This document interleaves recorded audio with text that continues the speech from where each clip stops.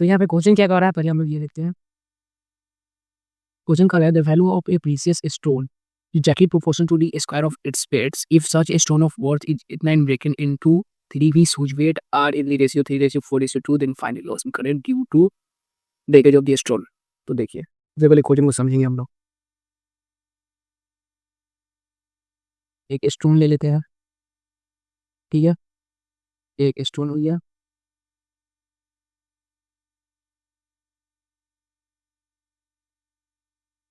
एक स्टोन हो गया, ठीक है। अब इसको क्या क्या है, if A such stone worth is 81,000 is broken into 3 pieces whose weight are इतना, then find the loss and contribute table होगी। और इसका वर्थ कितना, ठीक है, वर्थ मतलब इसका प्राइस अभी कितना है, 81,000, ठीक है। ये एक स्टोन है, इसका प्राइस अभी 81,000 है। If A such stone worth 81,000, अब इसको 3 टुकड़े में तोड़ा गया, ठीक है, उसका रेशियो दिया गया है 3, ठीक है, 3 टुकड़ों में तोड़ा गया, उसका रेशियो है 3:4:2, ठीक है। तो उसके बाद हम लोगों को निकालना है कि उसका जो अब नया प्राइस निकला होगा। अगर अब देखो यहाँ पे एक क्वेश्चन समझना,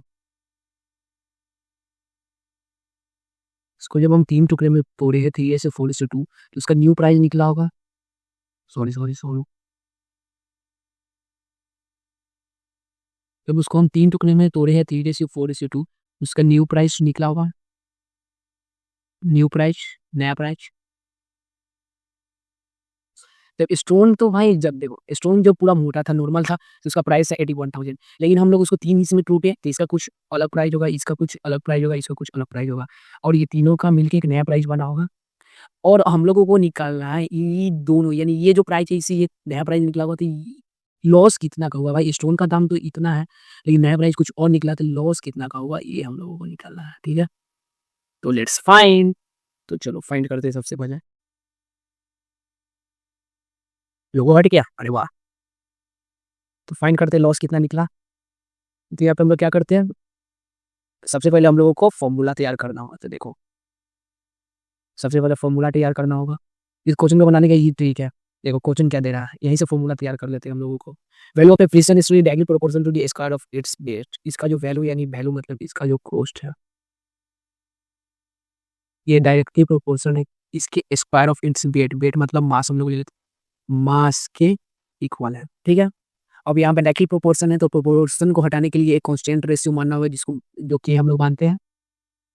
कॉस्ट क्या हो जाएगा, इक्वल टू, यानी इक्वल टू करने के लिए कांस्टेंट रेशियो मानना होगा के डॉट एम स्क्वायर, ठीक है। ये इक्वेशन 1, और यहाँ से हमारा बन चुका फॉर्मूला। तो इससे हम लोग फॉर्मूला तैयार करिए, कांस्टेंट के मान लिए। अब नेक्स्ट सॉल्व करते क्वेश्चन। ये फॉर्मूला हम लोग का बन गया। तो सबसे पहले इस फॉर्मूला में इक्वेशन 1 में पुट कर देते हैं। इक्वेशन 1, कॉस्ट कितना है 81,000, इक्वल टू के डॉट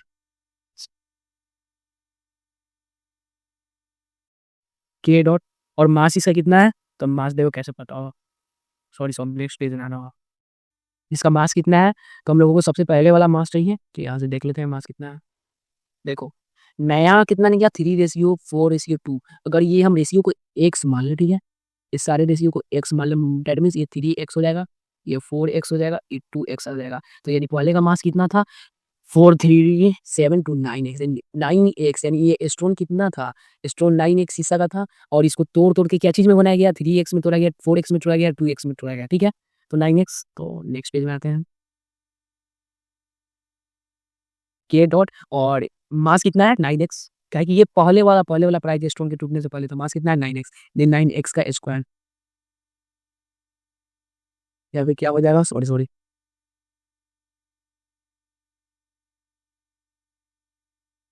81,000 इक्वल टू के डॉट 9 का स्क्वायर 81 एक्स स्क्वायर। 81 से कट जाएगा 1001 में, तो के का वैल्यू क्या आ जाएगा, 1000 by x square equal to k का वैल्यू हम लोगों का निकल गया। अब देखो जो हम लोग कांस्टेंट माने थे उसका वैल्यू भी निकल चुका है यहाँ पे। जो हम लोग कांस्टेंट माने उसका भी वैल्यू निकल गया। अब find out the question solve कर लेते हैं। तो आ जाते हैं नेक्स्ट पेज में। हम लोगों का निकालना होगा। तो देखो तो क्या निकलना होगा। पहला प्राइस हम लोगों को पहला प्राइस हम लोगों को पता था। फर्स्ट प्राइस हम लोगों को पता था, लेकिन के का रेशियो नहीं पता था, तो के का वैल्यू हम लोग निकाल लिए यहाँ पे। अब नया प्राइस निकाल लेंगे, उसका लॉस उसका निकाल लेंगे। Dates answer. नेक्स्ट पेज में आ जाते हैं। नेक्स्ट पे सेम फॉर्मूला यूज होगा।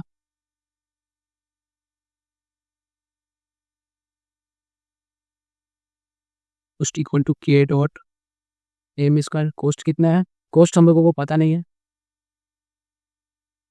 उसका कोस्ट ही रहेगा। के का वैल्यू हम लोगों को पता है। के का वैल्यू हम लोग यहाँ पे कितना है? के का वैल्यू कितना है? 1000 बाई एक्स स्क्वायर। तो यहाँ पे पुट कर देते हैं 1000 बाई एक्स स्क्वायर, और यहाँ पे डॉट यानी मल्टीप्लाई। मास इसका कितना है? और मास देखिए कैसे निकालते हैं। तो ये तो पहले वाला मास था जो 9x था, ये पहले वाला मास था।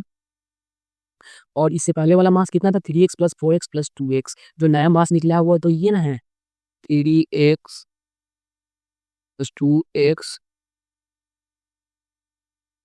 प्लस 4x, यही है जो नया मास था जो तोड़ के बनाया गया है इसका स्क्वायर। फाइनली कॉस्ट को मैं सी से रिप्रेजेंट करता हूँ, लिखने में थोड़ा सा प्रॉब्लम हो रहा है। तो कॉस्ट इक्वल टू हो जाएगा 1000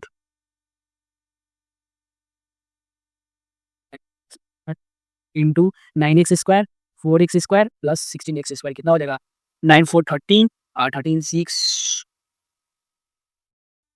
कितना हो जाएगा? 9 4 13 और 13 और 16 यानी 19 और 29x स्क्वायर।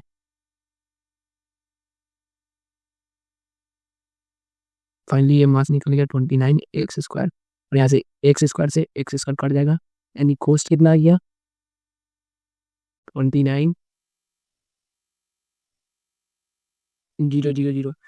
तो हमारा नया कॉस्ट आ गया 29,000। अब यहाँ पे आपको साफ साफ दिख रहा होगा जो पहले का प्राइस कितना है भैया? पहले का प्राइस 81,000 है, लेकिन ब्रोकन हो गया तो इसका कॉस्ट कितना आ गया? 29,000। यानी कितना पे लॉस हो गया? डायरेक्ट आप लोग निकाल सकते हो, क्वेश्चन भी हमारा यही कर रहा है। Loss incurred due to breakage of weight. Finally loss निकाल दो यहाँ से।